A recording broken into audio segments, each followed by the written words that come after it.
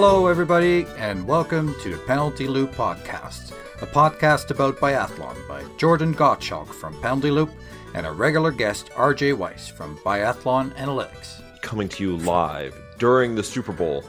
It's the Penalty Loop Podcast. I shouldn't say live because nobody's actually listening to this except for you and me, but if anybody in Europe cares about the Super Bowl, it is such a blowout that I didn't ask to delay the recording one bit because it's really not very exciting. Is that that show where every now and then a couple players also play sports, right? That's it? Super Bowl? Yeah, it's the greatest collection of advertisements. That's actually really not that good. Really, what it is it's an advertising opportunity.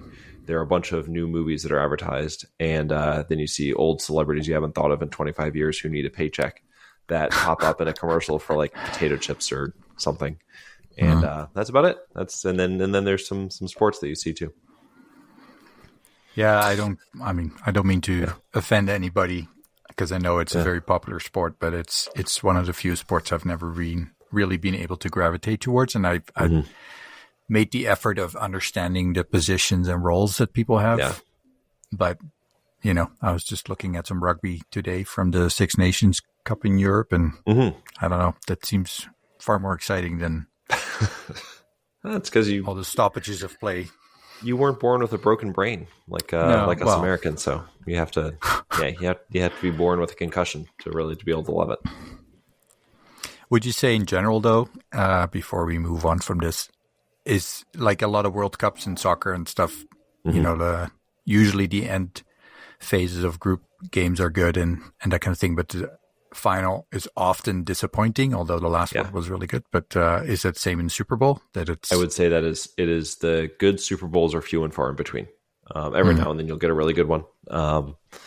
But you have a lot of ones that, and maybe this is selective memory, but I remember, a bunch that are, they're really maybe exciting for 15 minutes, and that's really it.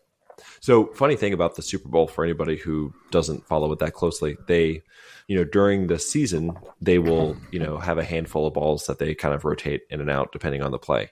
For the Super Bowl, it's basically like a new ball. It's like they more frequently rotate them in, and they're like straight out of the box new because they have players and people sign them so they can sell them off and make a bunch of money.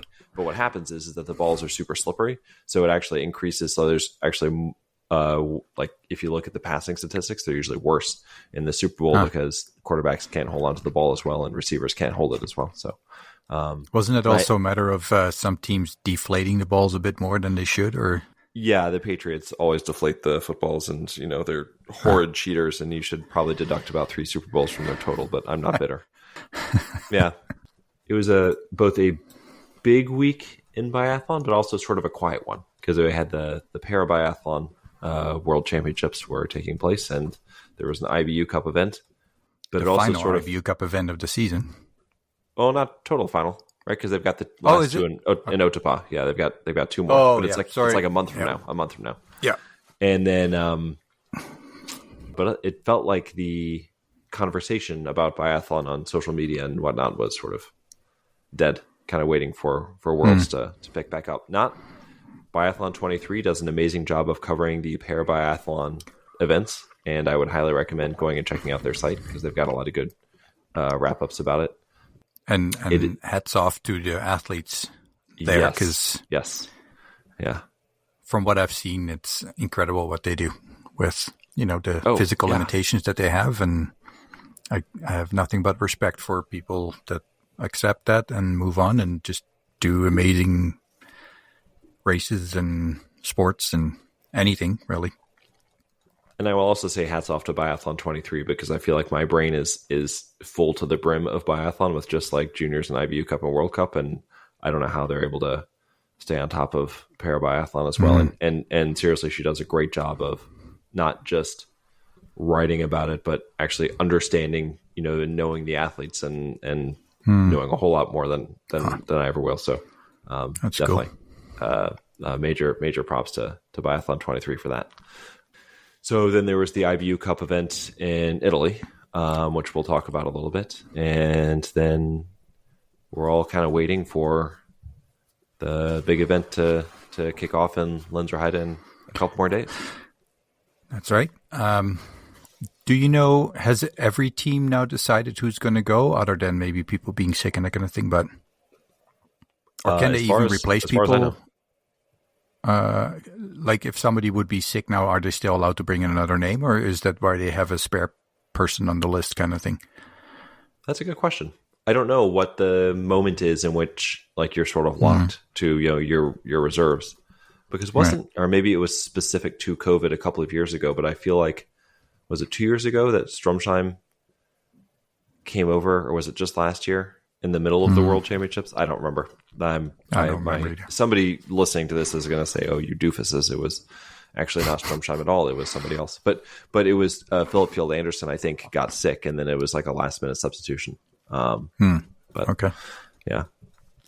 So I would ask if you got to watch it all this week, but I already know the answer to that because we chatted about it just today. Yeah.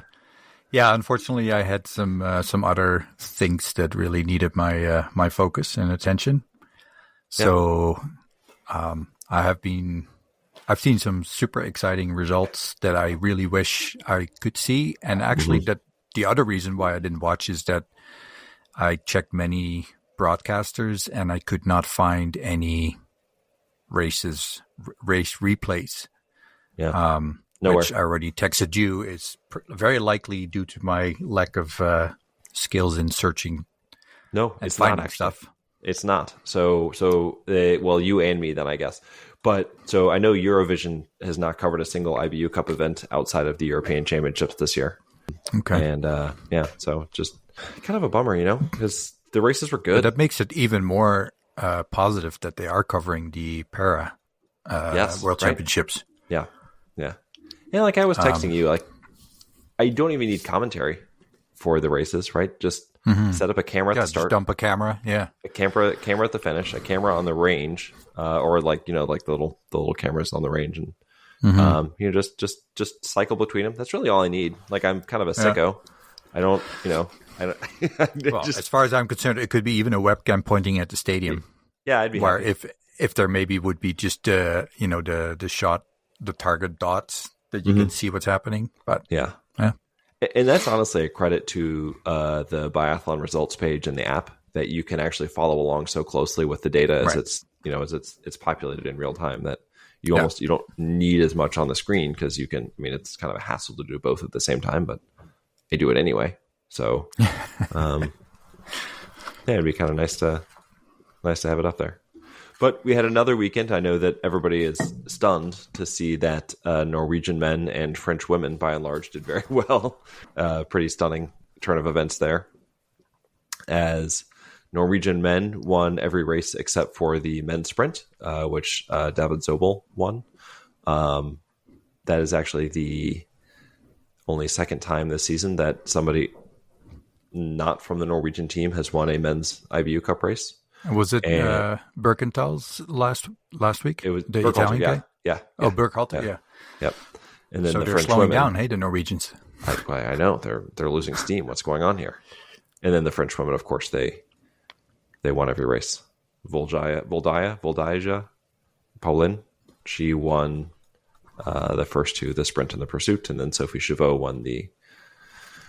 won the Mass 60, which brings us to the big news that came out of the race the weekend was really, as far as the World Championships are concerned, that the French team made their final selections, and it was Sophie Chauveau for the women, got the last women's spot, and then Oscar Lombardo won he secured the final men's spot. So is Paula Botte so I'm assuming that Guiguna is not going? She is not going, and Paula Botte is not going as well. It will be Braza Boucher, Simon, Jean Monod, Richard, Michelin, and now Sophie Chauveau is the sixth.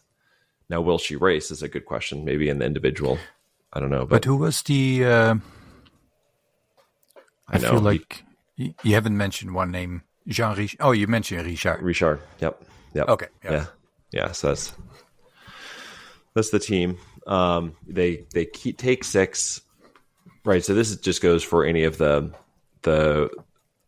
Big World teams. Championship teams, is that you can start 4 unless your team has the winner of last year's World Championship in that event, and they can start. And then the Mass 60 is a little bit different. Actually, not Mass 60s, Mass Start. I've got Mass 60s on the brain because of the IBU Cup. Your brain's probably still spinning if you watch that. It's lunacy, isn't it? It's one of those things that I find it hard to follow. Yeah. But I probably, the next time I watch one, I should probably kind of read up what's exactly going on, because I have a general idea of what's going on, but kind of how that works out. Anyway. And then if you look, like, I think when I saw it in camera, I was like, could they just do like the first 30 in one color bib and the next 30 in the other color bib, so at least you kind of know what group they're supposed to be shooting in? But I don't know. Maybe they do now. I don't know. Yeah, have blue and red, or green and yellow or something. Just some very contrasting colors. Have you ever looked at the data from Mass 60s? It looks really funny because it's like, for some reason, like the double loop for Group A, really throws off the time. So you see some really funny, some really funny course time ranks. So you'll, for example, just off the top of my head, you'll see somebody who Finit was like 24th in course time rank, but then ends up winning the race by 30 seconds, which just doesn't seem possible because of the way the time works out. But it's just because the computer can't really figure out what happened. Yeah. See, I would think you would just track the same race part and then just have an extra column for extra loop, whether that was done in the first lap or the last lap. Second, it's kind of goofy.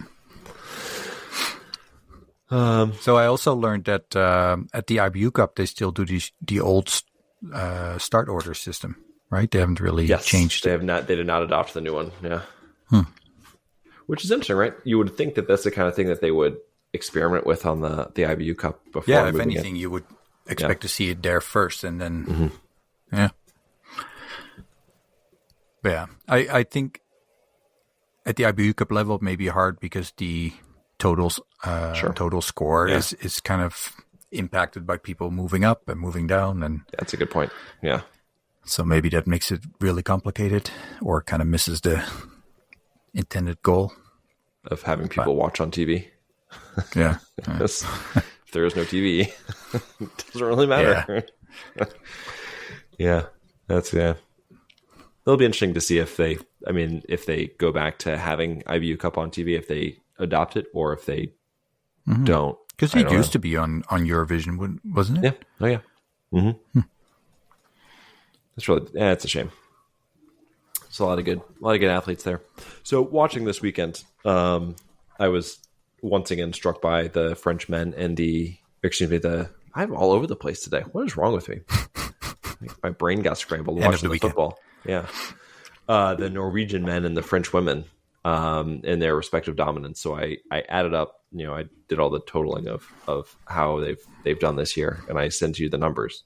So I just wanted to run through those real quick because it seems like they've been comparably very dominant, and the numbers don't really bear that out. And that's not to say that the French women aren't dominant. It's just to say that the Norwegian men are absurd. So here you go. So far there have been 19 races on the IBU Cup, which leads that there could be 19 total winners. There are 57 possible podium spots. If you 19 times 3, 95 different top 5 spots and 190 possible top 10 spots. So I looked at, the wins, podiums, top 5s, and top 10s. And so I calculated them all up, right? So you had 11 different Norwegian men this year that have scored at least a top 10 on the IBU Cup. You have 8 different French women, pretty close. Sorry, did you happen to see how many Norwegian men did not score a top 10? I did not. Okay. That's another question. Yeah, I would imagine that number is probably 1 or 0. It can't be a lot. So 11 different Norwegian men have accomplished at least one top 10 on an IBU Cup. The Norwegian men in total have 17 of the 19 wins. So we already know they didn't win 2 of the races. They have 44 of the 57 possible podium spots. They have 61 of the 95 possible top 5 spots, and they have 90 of the 190 possible top 10 spots. But it's actually more impressive than that, because they can only start 6 athletes per race, which means that they are only capable of getting 114 top 10s so far this year, because they didn't have any more athletes to throw out there. So they have gotten 90. They have gotten 90 of a possible 114 top 10s. So basically a 79%, or a little bit under that, of their possible top 10s that they have gotten. It's just kind of a ridiculous number. By comparison, the French women, again, 8 different French women have at least 1 top 10 this year. They have 7 of the 19 wins, 26 of the 57 possible podium spots, 41 of the 95 possible top 5 spots, and 58 of the 190 possible top 10s. And again, that's 58 of 114 spots that they are actually capable of getting, which comes out to 50.8% of the possible, which is still insane, right, when you think about it. But I think that just... Well, it's not just a little bit of a gap. Yeah, right? I know. It's a lot. And then the French women are really, really, really good. The Norwegian men are just dominant on a level that's almost... I just can't comprehend it. Yeah. Off the top of your head, do you know which Norwegian man has the most wins on the IBU Cup this year? It's somebody we have talked about a lot, especially Dale, recently. Is it? It is, yes. He Dale? has run 9 races on the IBU Cup, and he has won 6 of them. And I'm sure that's a record he really did not want. No. Yeah. He has 6 wins, 7 podiums, 8 top 5s, and he's never finished outside the top 10. And just to be clear, that does not qualify you for the men's team for the World Championships. Is that right? Does not. Nope. Yeah. Yep. And then you have Isaac Frey has 5 wins. And Isaac Frey has run every single race on the IBU Cup. He has finished top 10 in every race, and he only has 1 finish outside of the top 6. Just pretty good. And is it Uldal who's still... Is he still really like in the top 3 in the overall? Even though he hasn't... Yeah, I don't know. He only ran... He raced 6 times. He went second, third, 8th, first, and then he's been on the World Cup since then. And I think he's still top 10 in the overall, which is just kind of silly. And then, so after Isaac Frey has 19 top 10s in 19 races, and then you have Bakken has the second most. He has 16 top 10s, which is kind of cool. Pretty happy for him. Yep. And this is just another quirk that I saw, which I thought it just made me laugh. So Boughton, he started the year with a 9th place, and then his following 7 finishes were second, first. Maybe you should start a silver shop. Yeah, really nuts. Oh, that poor man. He just couldn't quite beat out his teammates there. But, yeah, that's pretty wild. Now, the question I have for you, we've talked about performance score before, where it kind of combines the shooting, skiing, and range time.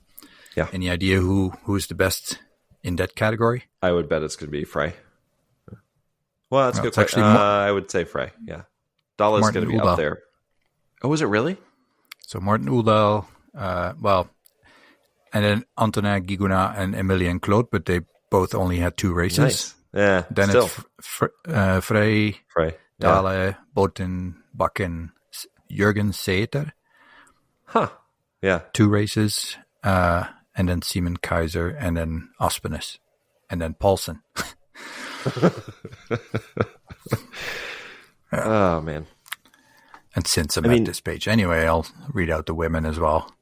Amandine Mengin, Sophie Chauveau, Annekarin Heidenberg, Gun Tvinnereim, Marte Krakstad Johansen, Regina Ermits, but 2 races. Camille Binet, Chloe Chevalier, Paula Botte, and Johanna Puff.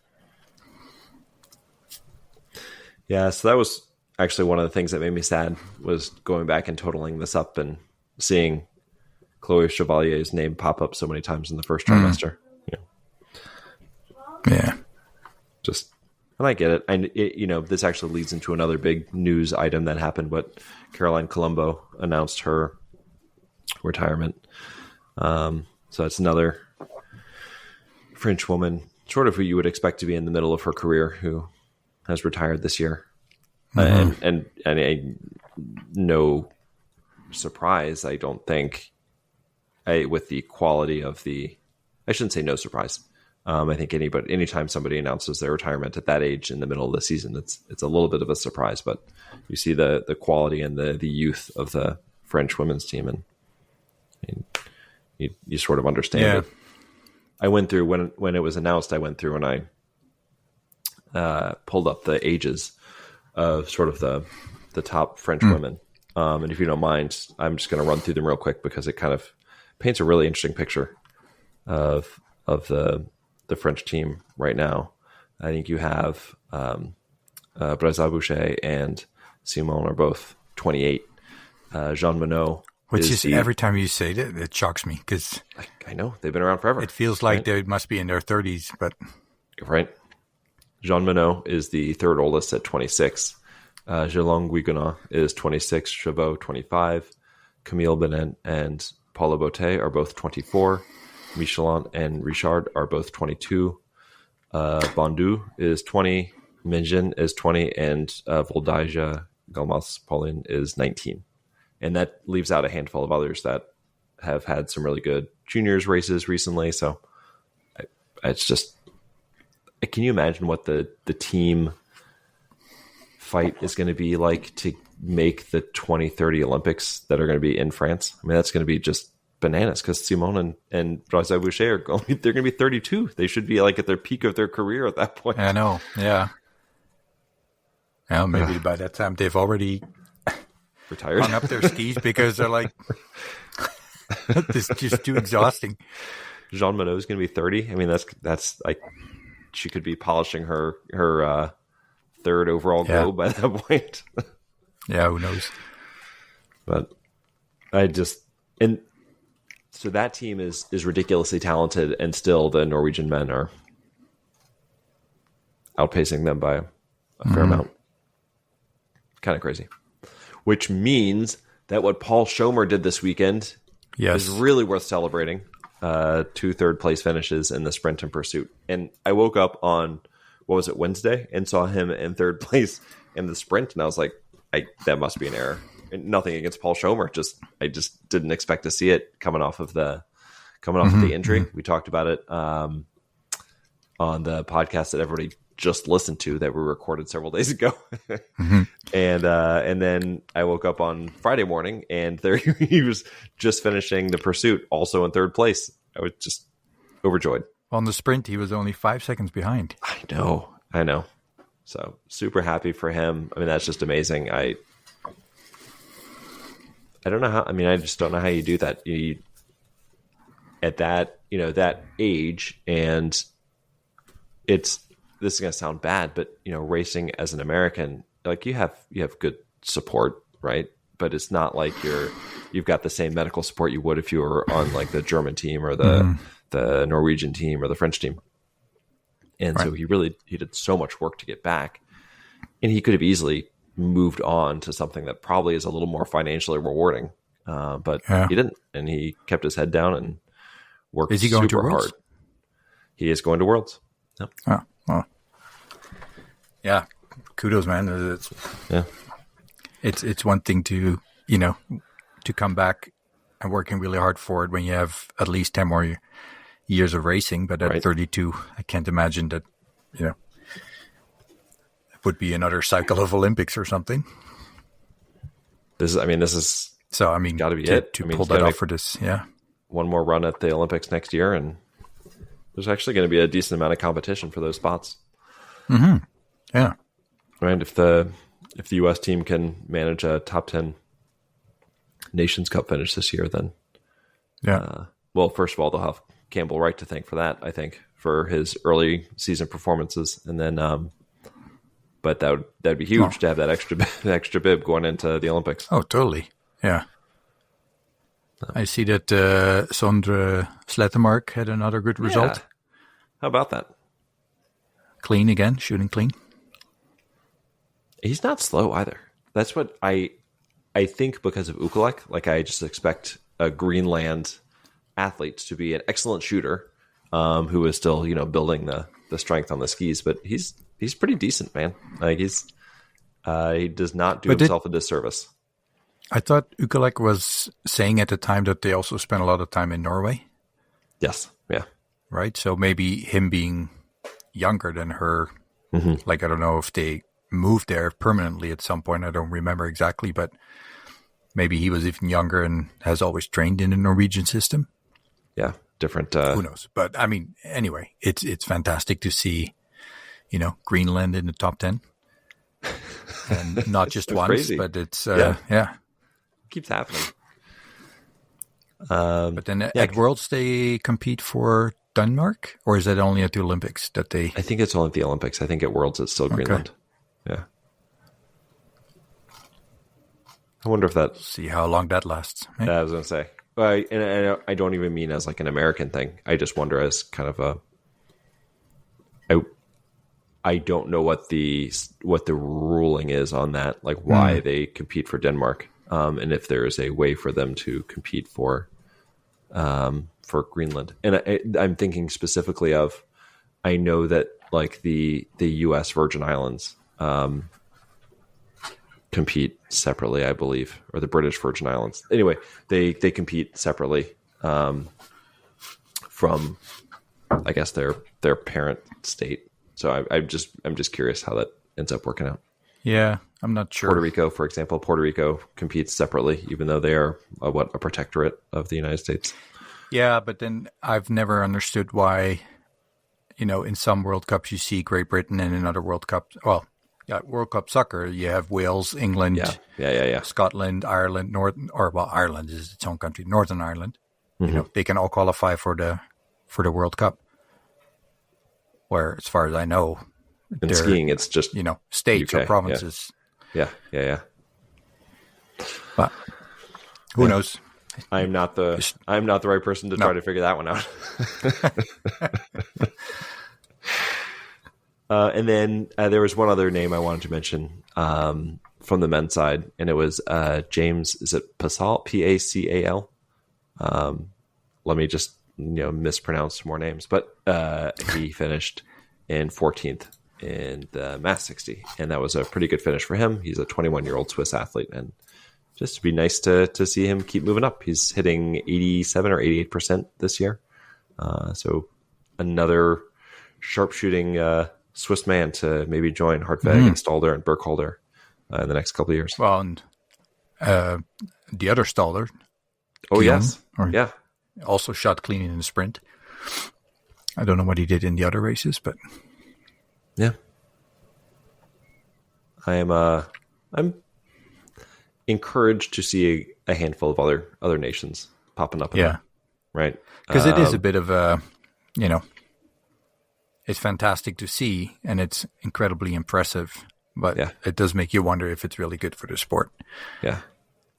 And I think we talked about this before, but I think there was some research in Norway that found that the number of athletes kids getting into serious biathlon is actually declining because it is so. It's like, you always hear people here talk about making the NHL how hard it is.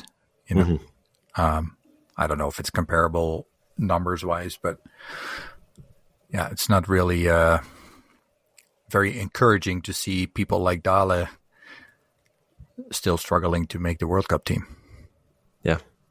Yeah. I mean, and you Christiansen better be not going. The best of the was best. Christiansen like top 5 in the overall score, and Dale third or second last year? Yeah, last year.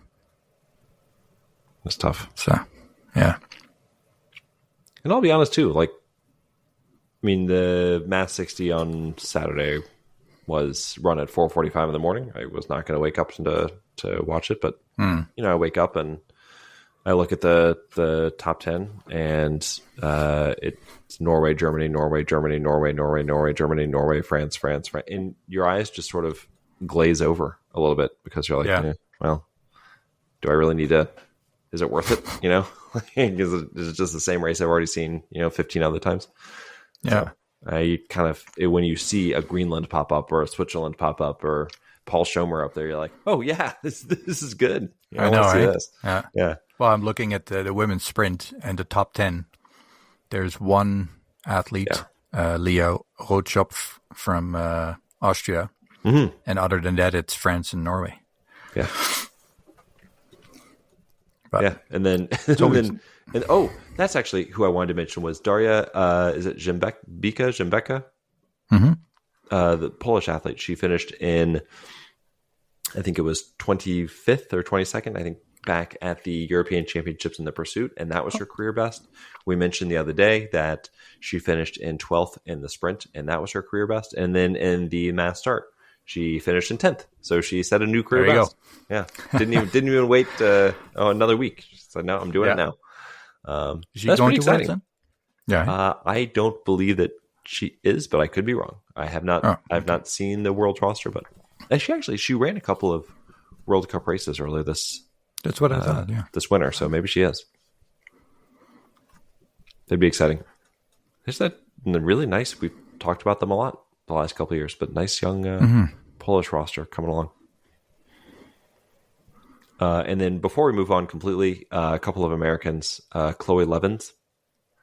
She finished in 16th in the sprint and 19th in the mass 60, and those are two very good finishes for her. And she is going to Worlds. And then Bjorn Westervelt finished in 22nd in the mass 60, which is one of his best, but not his very best, because he finished in 17th in the sprint in Brezno, and then back in Arbor finished in 22nd in the sprint. So he has a couple of really good finishes so far this year as well. And then on the Canadian side, Matt Strum, who we mentioned before, he was the only one who qualified for the pursuit in the sprint of the Canadians. And he went from BIP 56 to rank 48 in the pursuit. So nice. Another, good performance. Mm-hmm. So unfortunately not going to the World Cup or World Championships, but not taking his opportunity to prove, that he's at the right place, at least at the IBU Cup. And like you said, who knows what happens in the future, but... And let me just check quickly what he did in the mass start 60. Well, I think that Zachary Connolly 49th. Also ran Zach Connolly was 26th. Well, correct? Yeah. Yeah. So, so pretty good. Very, very strong. Yeah. On the women's side, I think that was it Myra Green also had a pretty decent race. If she was either clean or she shot very well. In the mass 60. Mass 6. Oh, yeah. Yeah, you're right. Sorry. I was looking at a pursuit that didn't go as well on the shooting range, but Janice Grundahl had another race with only one miss out of 20 in that one, in the pursuit. Went from 52 to 42. Moira Green went from 50 to 40 with 5 misses, and Benita Pfeiffer from 26 to 25. She's still pretty young, isn't she? Grundahl? Benita? Grundahl, 24. Yeah. And Moira is 20, and then Benita is 24. So I'm telling you, man. There's some young women on the Canadian team. Let's give them a couple more years. I think that we talked to, was it Coach Augenthaler we were talking to? I believe where he talked about when you are looking at American athletes, and I would imagine you could probably do the same thing with Canadian athletes, is that you can't judge them on the same timeline. That when they're 24, you don't they're not going to be as far as Europeans at 24. So you sort of think a few years down the road of where they can be, because you expect to see more growth between 24 and 28 for an American or Canadian. That's maybe than you would a European. Yeah, and I'm just checking the Mass Start 60 results, and Moira Green had 2 misses, got in 27th. Janice Grundahl, again, only 1 miss out of 20, 38, and then Benita 39th with 4 misses. So I'll take it. Just add to the list of very strong results. So yeah, put it in your sort of in your memory bank. Anything else from the IBU Cup this week, or do you want to do a little chat about the Worlds coming up in just a couple days? Yeah. You probably have a lot more to tell about the IBU Cup than I do. So I don't know about that. So World Championships coming up on Wednesday, starting with the mixed relay, and then just running through the schedule real quick. Then we have on Friday, we'll have the women's sprint. Saturday the 15th will be the men's sprint. My birthday, the 16th, we have both pursuit races running. So thank you, IBU, for that nice present. And then the following Tuesday, women's individual. And then on the 19th, the men's individual. Thursday is the single mixed. And then on Saturday, Sunday, we have both relays and then both mass starts on each day. I'm so excited about the single mixed. Yeah, well, I was going to say, do you want to just go ahead and jump right in with whatever you want to get to first? Well, I'm excited for the single mix to, obviously, I think, not having seen any of the other races so far, but of course, just the Swiss team, Amy Bezerga and Nick Hardwick, assuming that they'll be racing that. Really looking forward, and I definitely feel like they're contenders. I mean, we could be saying this for another 10 years, but I'm looking forward to see, assuming Hauser-Ader combo. But, I mean, it's not a guarantee. Be saying that for another 10 years. Yeah.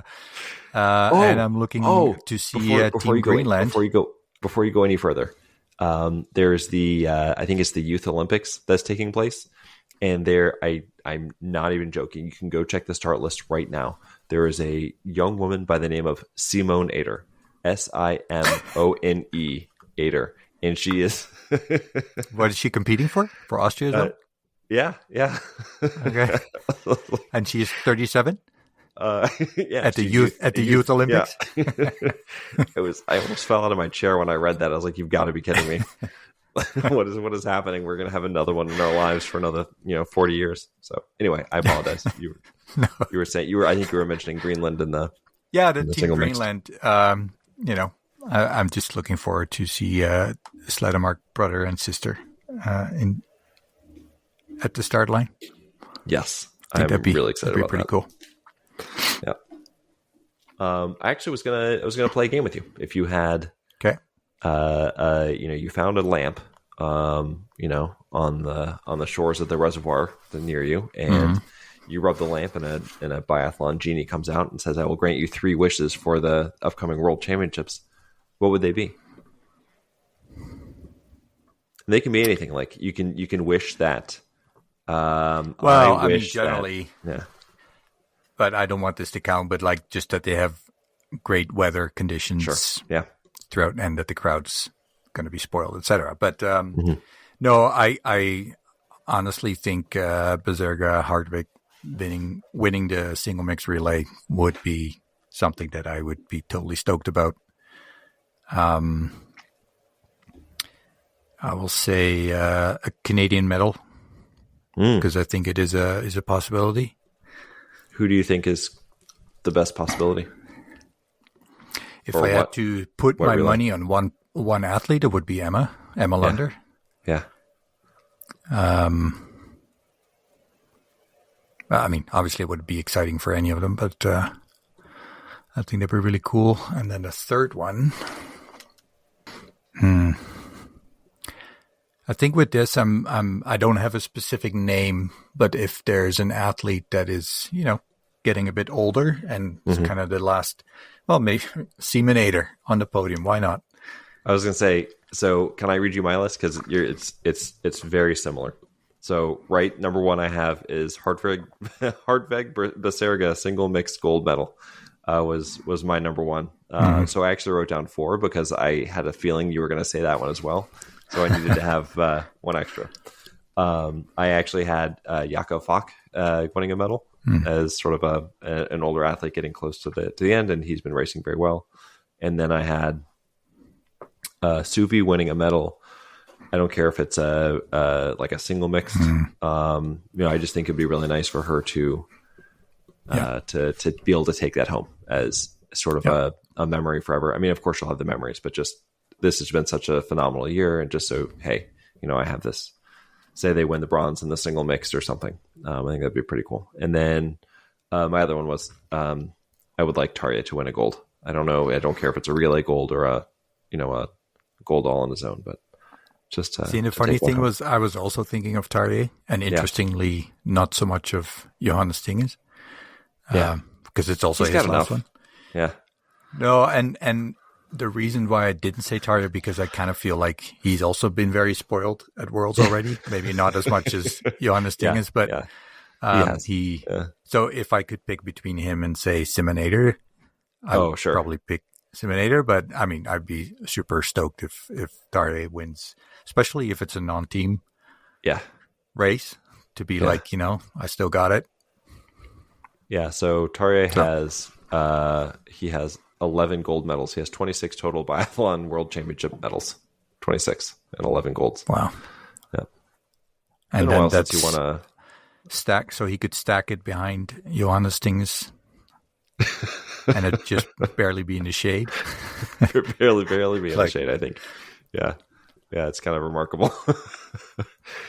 Generally speaking, I just think, outsiders, it's always, always fun. Special, right? It's whether that's somebody from Bulgaria or Poland or a young unknown athlete or an older athlete that relatively older, that you don't really expect to show up, and like Heikki Gross, who obviously is not having the dream season she had last year, but if she win for her home crowd. That was another one I was going to mention. Was what about like the Swiss women, if they had some miracle relay and snuck a bronze in? That'd be pretty. I would be pretty stoked. Do you foresee the two groups that we mentioned earlier, the French women, Norwegian men, take all the medals? Sorry, all the gold medals. I think they're going to take a lot of them. Yeah, I have a real hard time. It's hard. So if you were going to ask me to bet on it, I would not bet on it because I think it's really hard. But I think that it is fairly likely. The only reason I'm hedging a little bit is because weird things can happen in an individual race. You could have for the women especially. But they need to have a lot of women who have an off day for not. Yeah. Well, I was thinking Preuss, right? Preuss, if she won a gold medal, I would not be stunned. Or Selena Grotian wouldn't be totally shocking. But I think that did you mention? I think you mentioned that Vogt is not racing, right, for the rest of the season. I did not mention that, but you are correct. Oh, okay. I don't know that we've talked about that at all. Okay. On either of our recent podcasts, but that's sad, isn't it? Yeah. It's just she started out so well.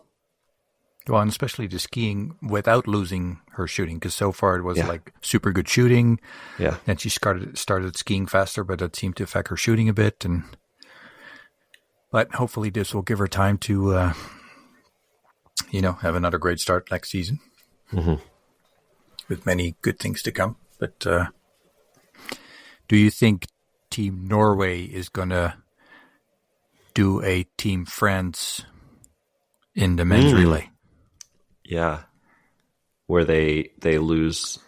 I shouldn't say lose. All the World Cup races. Yeah, well, do not win the World Cup races, but then steal the World Championship. Maybe the one that matters more. But I think that just the way that France has raced so far this year, that relay team, they're going to have to.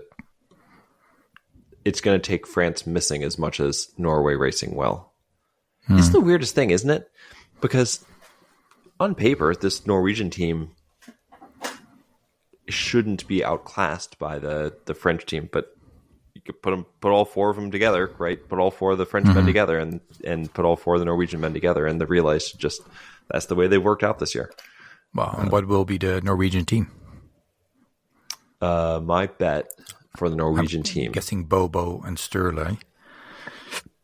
yeah, that's going to be my three, and then the fourth one, Depending on results, kind of thing. maybe. And who's feeling the best going into it, right? Who's got the best legs at the end of because that's the end of the Worlds. So would you? Yeah, I wouldn't do Surum, and so it would come down to Stromsheimer. Surum has won races that he shouldn't have won. I know because that speed. Yeah. My thought was Uldal. If he's healthy, that's who I was going to go with. And didn't they have one where Uldal was the final leg? Did they? I don't remember. You could be right. I kind of remember that, but might be completely off. So what's your expectation for Johannes Tinges? That was another one of my questions I had for you. So he did not travel with the team to their training camp. So he went home. The team went to a altitude camp in Italy, and he went home. And my bet is always going to be that he comes out looking amazing. Because I think that is usually the safe bet with him. Haven't seen it so far this year. That seems to be a recipe for success for him: is not train, hang out with his kid, and then go home. Blow everybody off the snow, right? Yeah. I haven't heard anything about him being sick. Nobody has said anything one way or the other. And I think as long as he hasn't been sick and he's been able to train for the last 2-ish weeks, I have a feeling that he wants to prove what he can do without training. Yeah. Yeah, he made that statement in his retirement press conference that even without training, I can be the best. Yeah. So here you go, guys. I sat on my couch for 2 weeks. I don't know, with him, he can win every gold medal there is. But I don't know. My expectations are a bit lower this time. Yeah, for sure. Well, because we haven't seen it, right? We haven't seen him at any point look dominant this year. Yeah. Yeah. Do you think that Sturla is going to have a Johannes Tignes Boe like Worlds where he wins 3 or 4 golds? I was thinking of including relays. I was thinking of that earlier, because he's been kind of increasing as the season has been going on, or improving. So yeah, I could see that, but I was just going to say I find it really hard to gauge where they are or what to expect, because the gap is just so big between the last World Cup and then this. Can people that are in good, like Lujan Monod, who was super strong at the end of the second trimester. Yeah.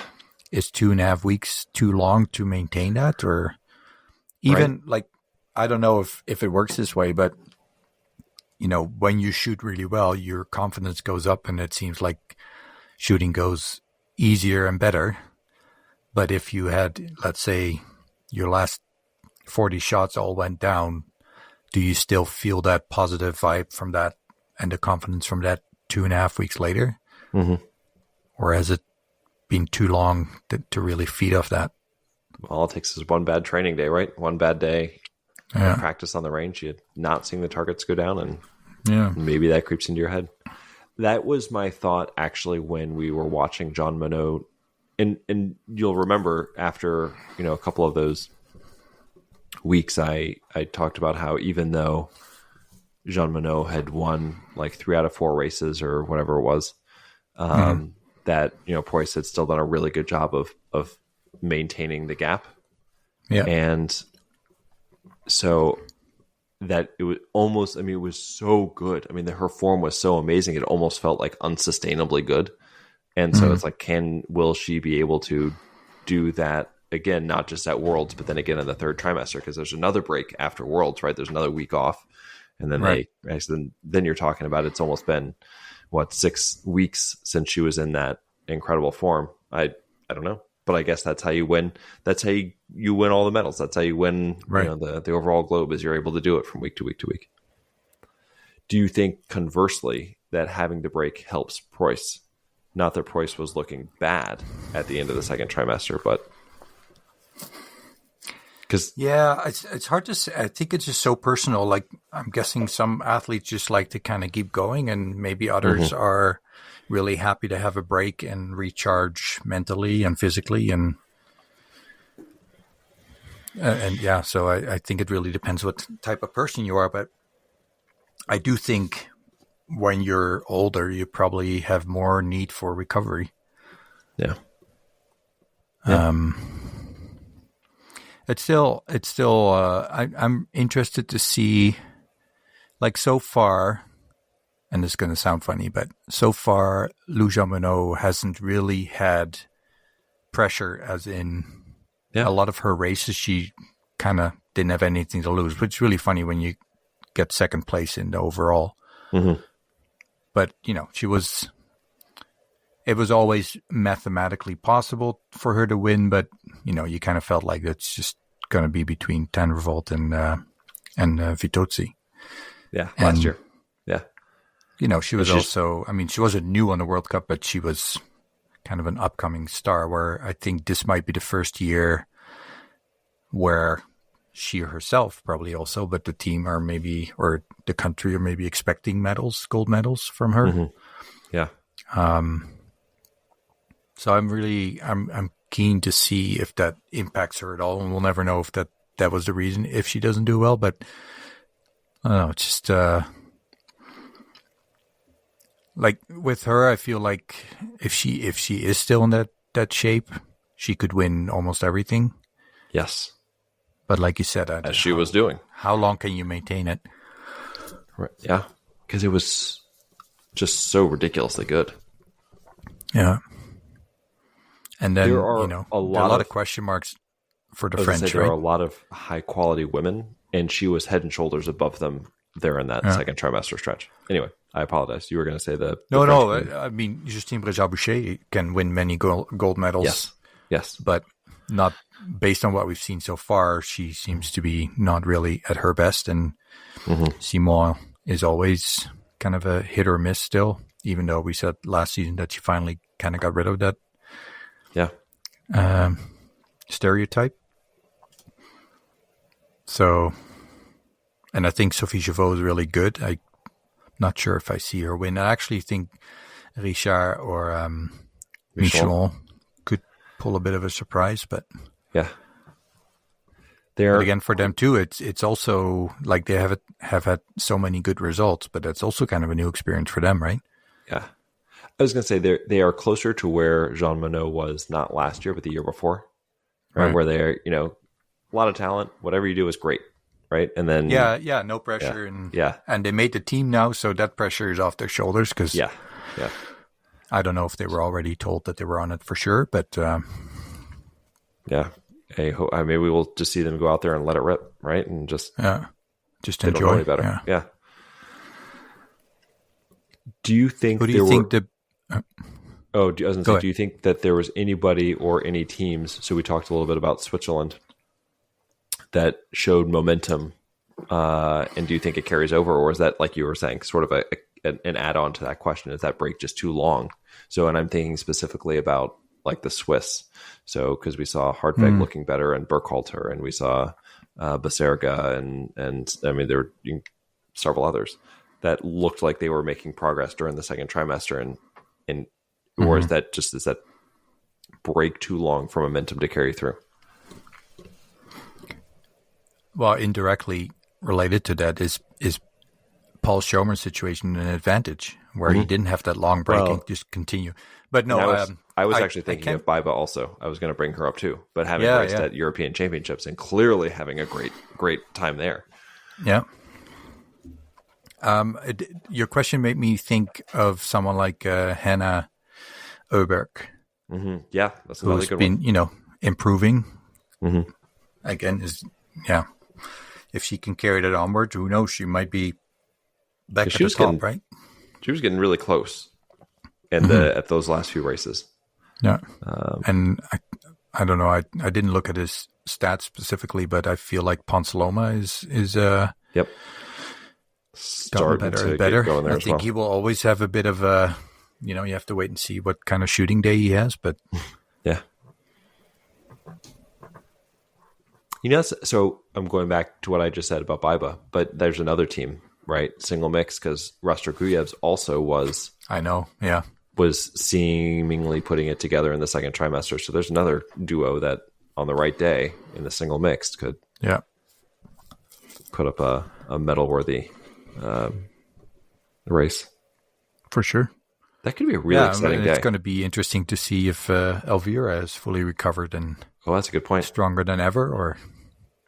But so the question I was going to ask you, who do you think at the end of Worlds is going to be the best performing Norwegian woman? Best performing Norwegian woman. My gut is to say Tangervold. But it's just been such a weird year for her. I don't know where she is in terms of her training. I have no idea. She famously does not like altitude as much. Schorkaida had a couple of good races. Who am I missing? Knoten has been okay. She's had some good races. Has been good recently. Yeah. Idalene, I mean, she's got speed. She would just have to hit. Yeah, I find it a tough one. Yeah. In this, I don't know, just my gut feel, which is not worth much, but I have a feeling that it's going to be hard for Tandervold missing so many races. Mm-hmm. And I don't remember, I'm actually going to pull up Data Center right now, the biathlon results, how she did in Lenzerheide last year. Was second place in the sprint last year. That was Tandervold? Yeah. Okay. Second place in the sprint, and then fell from second to 15th in the pursuit. But that was also the time period where she was still almost... Yeah. I don't know if it was still very clear, her distance with Vitozzi, but like it seemed pretty obvious that was going to be her year, right? Yeah. Yep. And then fifth in the mass start. So I don't know. That's a good question. That's an excellent question because I don't know. And if I had to put money on it, I would say Tangervold. But with her kind of odd year, I don't know. I could easily see it. See one of the other women just having a couple of good races, and that's good enough to have been the best Norwegian woman, even without winning a medal. Right. Do you think we'll see any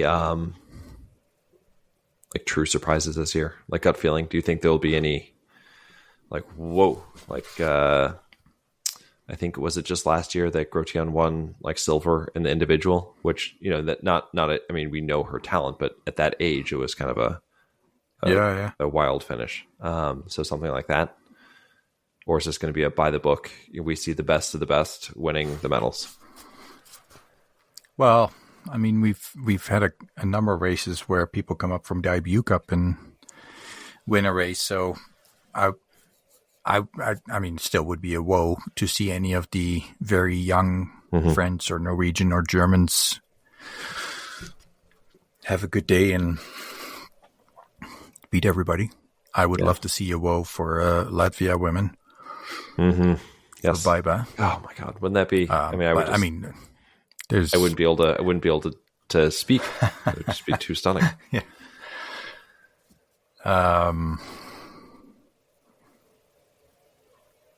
And it's, you give Grotjan as an example.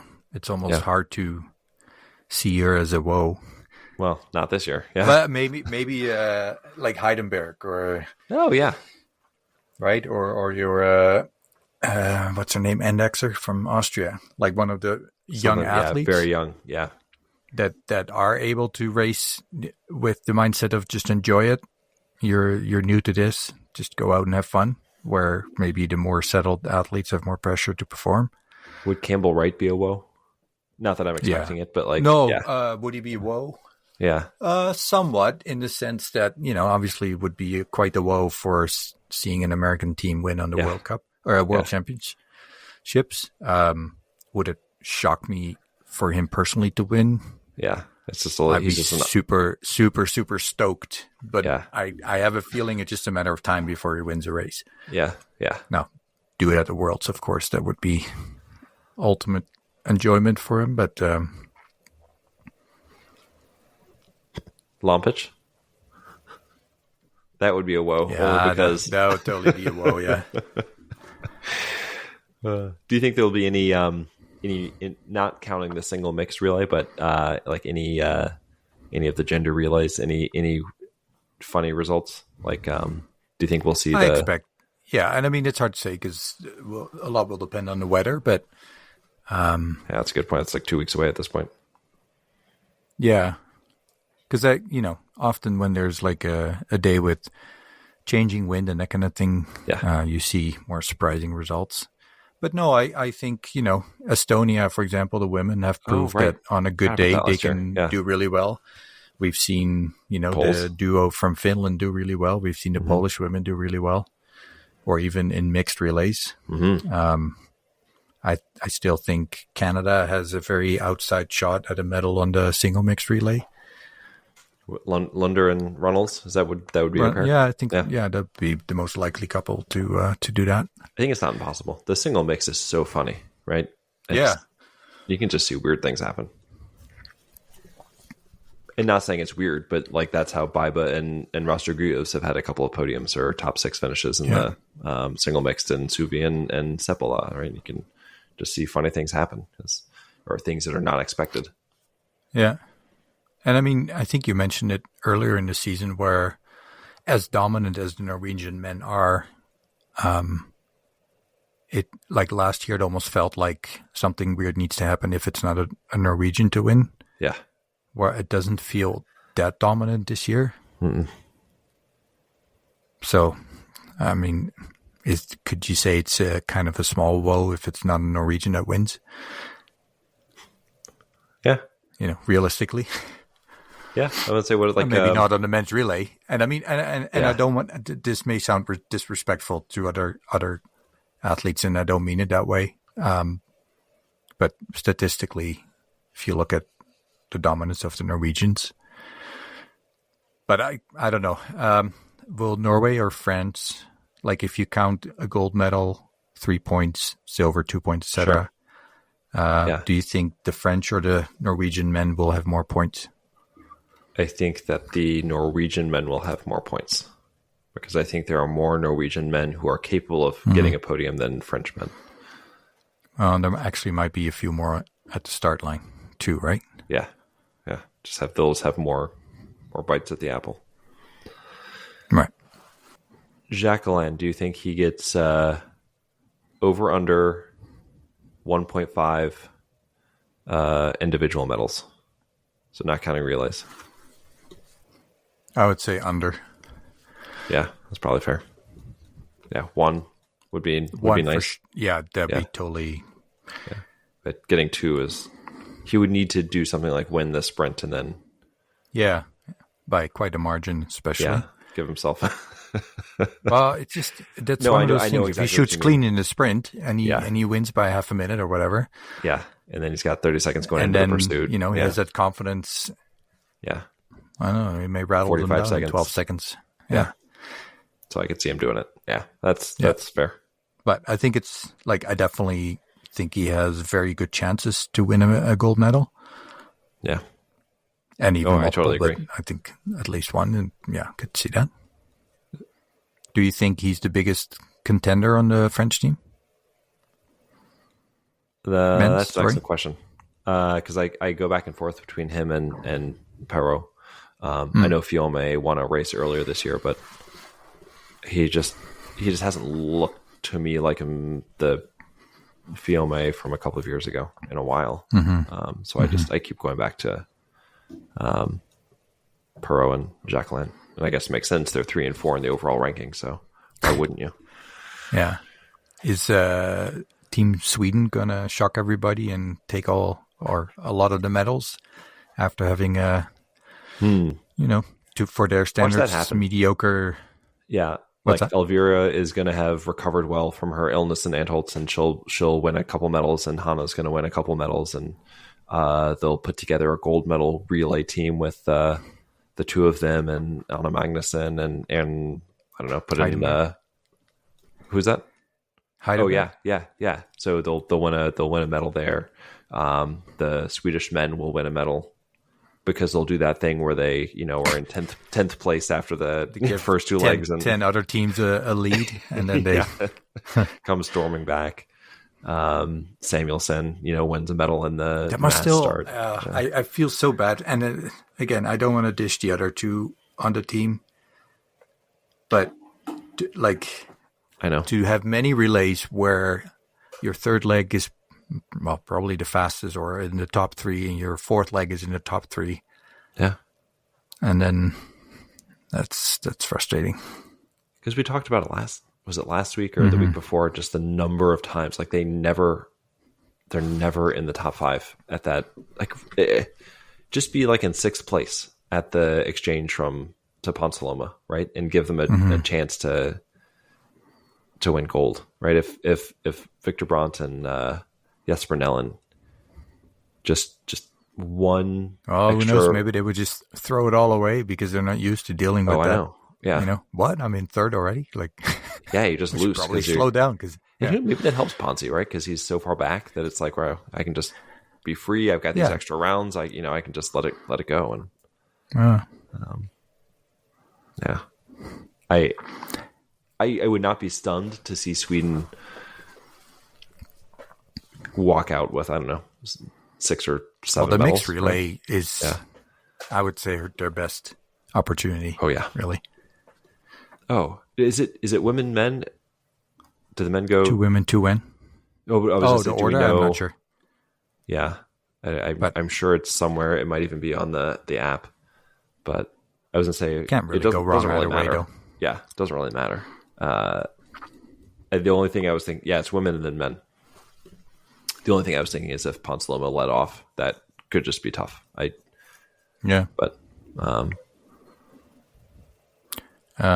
Germany men's recovering, coming back with a blast. You mean just in general or in the relay? Well, I just think in general the men's team hasn't really been performing as they would have liked. Ridnaun-Val could win a medal. Horn, yeah. Horn's been.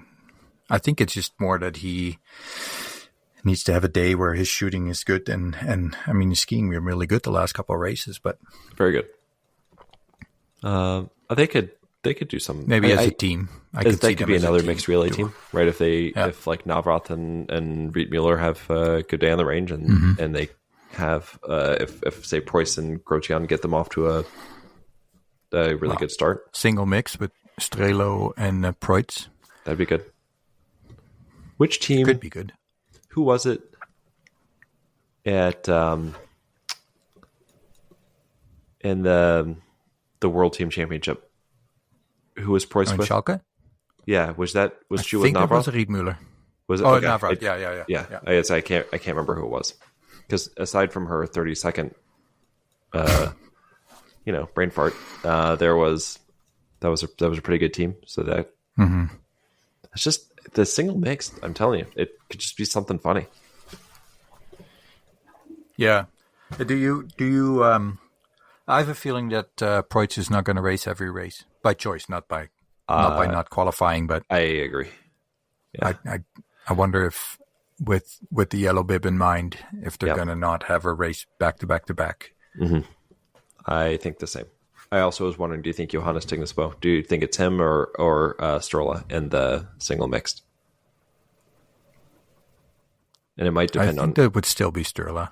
It will probably depend on the results up to then, but yeah, if Johannes looks amazing, but I was thinking I would go with Strola as well. But I don't know. That would be more like Johannes looks amazing and Strola is sick. Yeah, I don't know. Well, and what woman do you send them out with? Because it's also going to really depend on is Tanja Revolt strong healthy as ever, or is she still recovering? Well, not recovering, but getting back in full competition mode. I never know, like, they say in soccer after injury or whatever that some players need playing time to sort of get back into their top level. I don't know if that's... I'm sure I'm sure it is. Being in shape for skiing, there needs to be some sort of plan. But for shooting, I don't know. And that's where I think part of the success for Boe is that it seems like when he goes back to his family, he can just completely clear his mind. And then when he's at the World Championships, he's like, bring it on. There's no... If he has no stress, no, remaining stress from the last World Cups, and he can just go in completely clear-minded with a smile on his face. See, remember we talked about with Justine Bréja-Boucher that last season she had this positive, smiling vibe around her, and this year we just didn't see that as much. And when did her first win come? It was after she was that when was her able kid to... was there? Yes, yeah. And I wonder for Johannes Tignesbo, is he able to go home? I mean, he was able to go home. He had time after the retirement announcement, and I wonder. Now that this is the same question you asked me 30 minutes ago at this point, but I think there's a real chance that he comes in and just blows the doors off of us. Yeah. Well, it's funny. At some point, I saw a picture of Baiba with her son in her arms. I think she was napping or something. Yeah. And it just almost made me think of like a gas station where she's just like completely sucking up new energy. Yes. From that moment, and I mean, I totally recognize it. Like I really miss when the boys were like, 1 or 2 years old and they would just lay on your, even younger, like 6 months or whatever. And they lay on your chest and they would fall asleep, and you're in the most uncomfortable position, but you're totally fine if that takes 10 hours because you're not moving. It's such a nice moment. Yeah. I had the same thought when I saw her doing that. I was like, man, she's just won, and now she's getting this moment. She's going to come into to Worlds and be on another planet. Yeah. If that, what is it? The DW1 rifle. If that thing is, thing is all tuned up. Man, it can change. Shooting is just so funny. It's just, I don't know. I used to, like, I always shoot prone from right to left, and standing, I used to shoot left to right. And then at some point, I don't know, it just wasn't going the standing shooting, and I switched right to left, and all of a sudden it was much better. Which is, I think it's just like because you focus on it differently. You're like, I need to go right, left. Like you think about, you're more worried about, do I do the right order? So you're not really thinking about your shooting. Maybe that's an explanation. And then recently, it didn't feel right. And then I switched back to left to right, and it went, that only lasted that practice, but there's still, it's just funny how there's just so much to shooting that I'm sure they've done a lot of research on it in Norway and Germany and stuff, but I just find it really fascinating. And also how the effect of, having a new rifle that just feels nice and looks brand new. And I don't know, maybe some people feel nervous because they've been shooting with the previous rifle for 20 years. And maybe others are like, new, and they get all exciting and I don't know. I find it super fascinating. Other than all the, things you can do with printers and fancy bells and whistles, but we'll have to have her on maybe after the season or at some point just to ask her what it was like. Yeah. Because she's not like early in her career. She's definitely in the middle of her career to take on a new rifle like that. I would wonder what it felt like the first time she held it. Yeah. So say, it was like I held my baby for the first time. No, she will not say that. This past week, I shared with you, because I don't think it was sent to you. It somehow got sent to me. I shouldn't say somehow. I know how it was sent to me. The media guide for the World Championships. And they have on there some specific, venue-specific things. Lots of venue-specific things, but in specific areas on the course that bear certain names, and one of them. I thought we mentioned it last week. No, Hardvig Hill. So Yeah. Which is not Nick Hardwick. It is his parents. Yeah. I wanted to read this sentence because it made me laugh. This sports-loving couple have made huge investments. The Roland Arena is effectively their baby. Well, actually, I would say it is not their baby, considering their baby is actually going to be racing racing there this week. Yeah. It was just a funny sentence, and Oh yeah. I don't blame anybody. There's one at the top, and then there's one on the left that also had a funny story. Could you read that? There's the was it Belsed? It's not Baserga, but I want to call it the Baserga Hill, and then there's the Gasperin. Because I think it's a different. It's not Baserga, but it's Baselga. Is that it? Is that it? Yeah. It was so close that I was texting you. Hill, yeah. That's a big miss, but they print this whole thing for the World Championships and then misspell a name. But yeah, I was thrown off with the Hardwick Baserga and yeah. And that one of them is called the Gasperin Dream, which I thought was kind of cool. And that's more for the sisters, right? Yeah, for the actual the sisters, yeah. On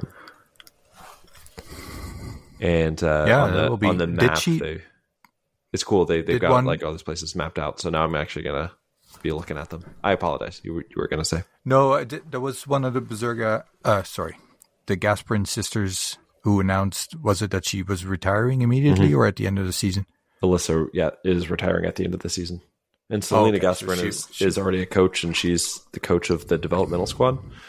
So it'll be down. No, I was more wondering if the retiring one is still there on the World Championships. But yes. Yep. She'll still be there. Yeah. Her and her sister and Baserga and Haki Gross and Leah Meyer. Leah Meyer, who, by the way, had a nice race this past weekend to bring it full circle. Yep.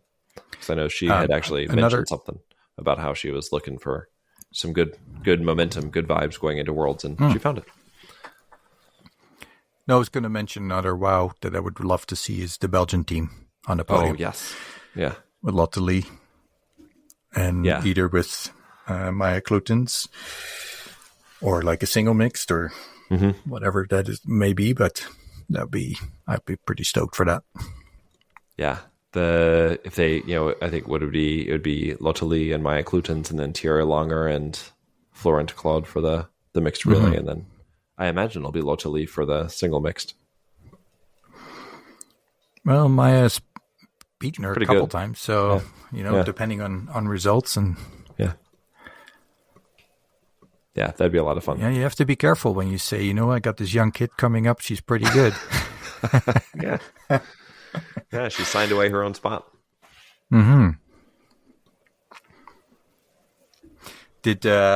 So I was listening, I told you this, I was listening to the Extra Runde podcast, and Michael Reusch was talking about the cost of hotels in Antholz for the Olympics. And that there was like a so-so hotel room for like 700 euros per night. And I was like, man, like I'm guessing that the Norwegian team will still be up there, but yeah, infinite budget. Who knows? Maybe not, because how many people would they have there? I would imagine maybe they all sleep in the wax truck. I was going to say, I imagine the athletes will be up there, and the coaches will be up there, but the wax mafia might be in the truck. Logistically must be tough, because I don't know. Yeah. I wasn't 100% sure if he was talking about the Martel, because that's another thing that I have this from listening to Extra Runde podcast, that the main reason why Martel is an IBU Cup and not a World Cup is that they just cannot facilitate the amount of crowd and athletes. Yeah.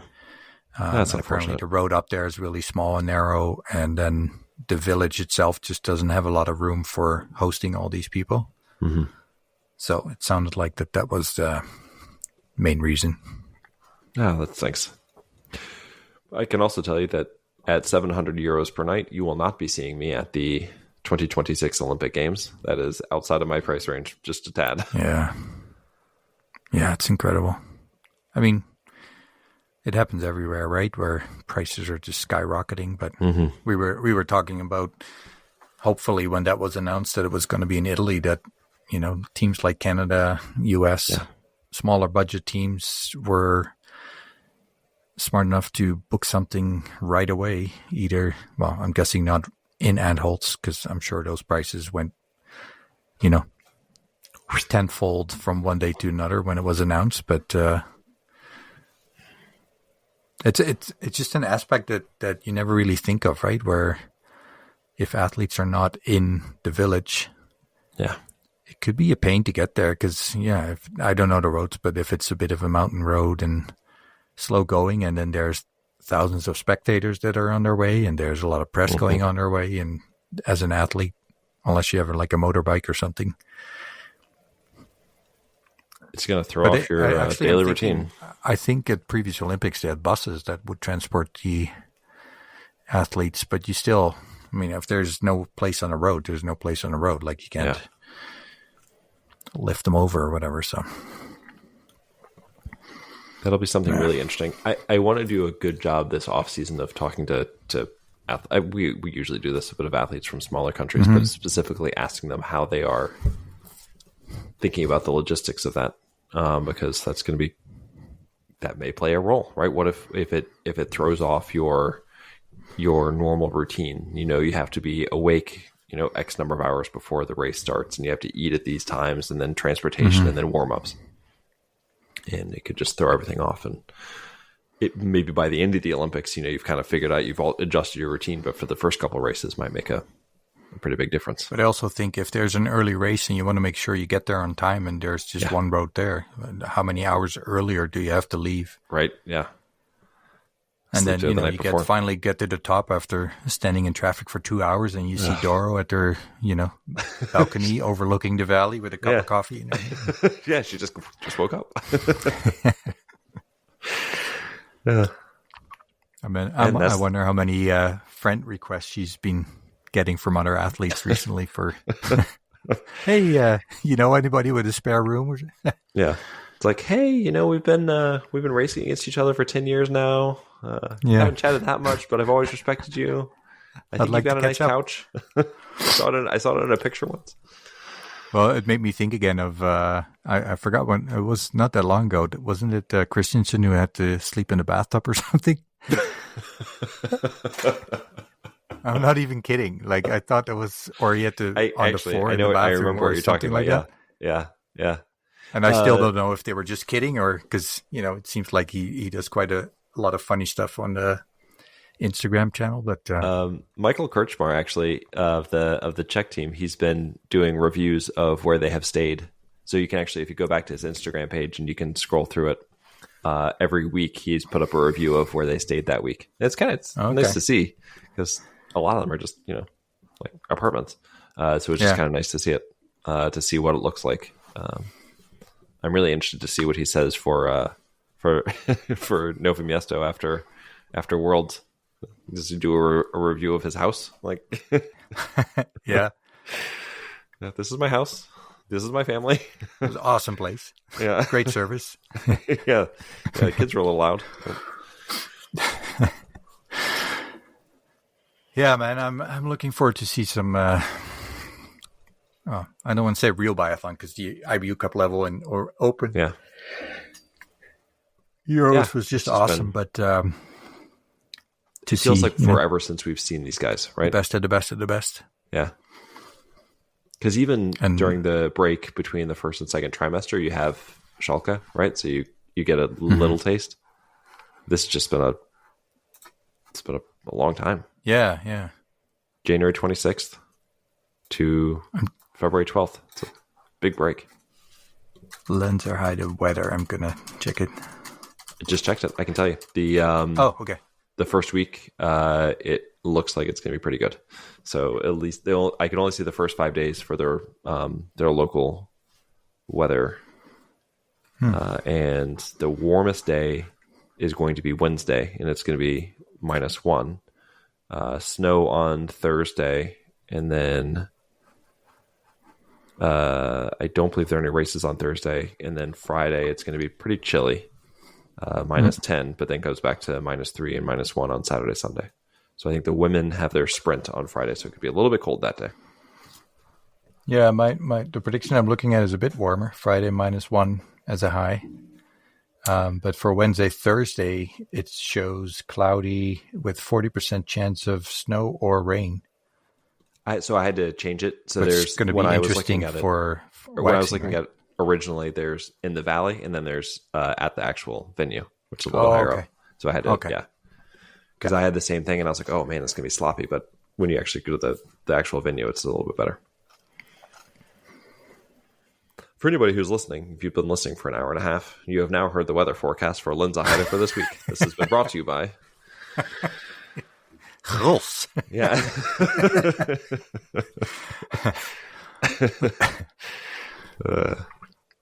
What are you going to watch it on? I will. So my goal actually is to watch each race twice.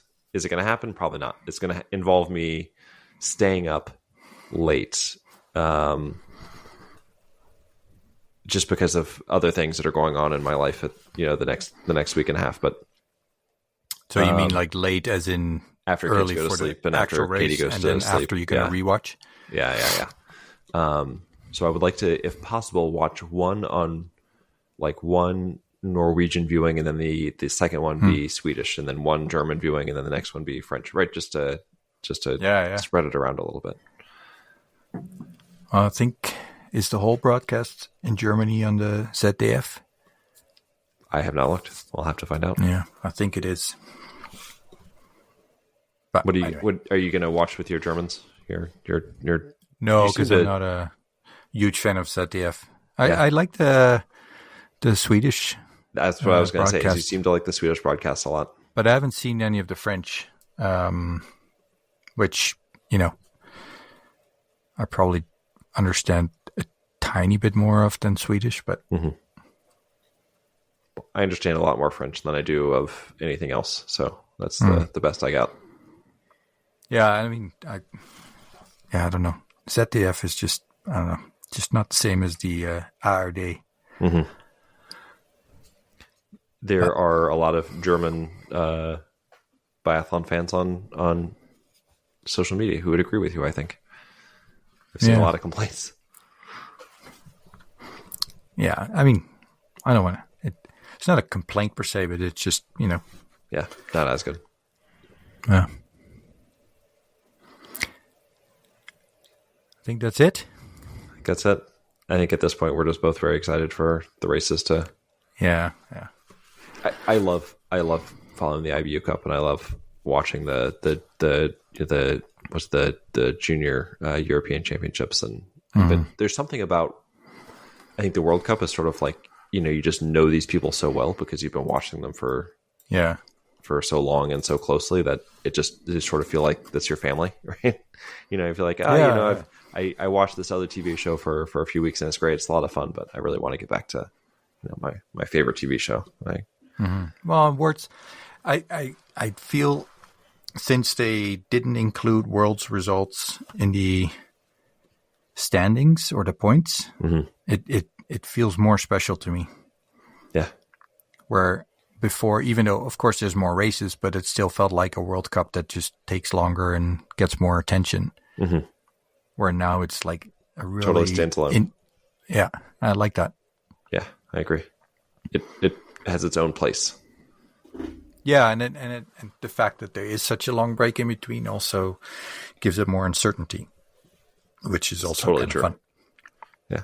Did you go on biathlonworld.com to enter your first predictions? I have not. Have you done it? Yep. Did you make a group? Sorry? Did you make a group? No, it doesn't work that way. It's just you go in, you log in with your account, and then you just make your predictions. I didn't know. But it's only for the mixed relay. Oh, you can only do the mixed relay. Yep. I have tried each of the last years, and at some point during the week I forget. Oh, yeah, so do I. And it's like, wow, no, I've forgotten. So, well, I thought you'd be interested because you can win a free ticket and stay in Lenzerheide for the remainder of the World Championships. I'm just kidding. Oh, I was gonna say, I'm going. Let's go. All right. Is Oslo still a plan for you guys? Let's do it. Yeah. No, for you and your family? Yeah, we're trying to make it happen. Yep. It's hard because it's only like 6 weeks away, so it's kind of hard to make those big plans. A couple other things on your plate. A couple of things on the plate. Fortunately, there are direct flights from here to Oslo, which is unique. There are not a lot of actually direct flights to Europe from Orlando. We can get to some odd places, but Europe is not one of them. That's interesting. A lot of South American flights, which you are not going to be surprised about. You can get to Paris and London and Oslo. Not a lot else in Europe, though. So would you typically, if you go to Europe, you would fly through New York or Heathrow? Yeah, so you would fly through Atlanta usually with Delta, or you'd fly through New York for any of the airlines, really. All right, man. Thanks, everyone, for listening, for sticking with us. Yep. And you will, at this point, if you've made it this far, probably have listened to 2 episodes. That's probably like 3 hours of Penalty Loop podcast that you've listened to, and your ears are probably bleeding. We have a helpline. Yeah. All right. Oh, well, we appreciate it, though. Yep. And we will be, I don't know, are we doing a mid-worlds? Do you want to do a after the pursuits? You can call me every day. Let's do it. We'll do it. We'll do it every day. Just not at 3 a.m. And probably not. No, that would be bad. No. Yeah. I would be getting divorced. It would be a very short episode. Yeah. Oh, Robert's asleep again. It looks peaceful anyway. I'll just keep blabbering for a while until he wakes up. Robert, you're frozen. You're sleeping. All right, I'm trying to get off now. Yeah. Okay. Bye. Bye.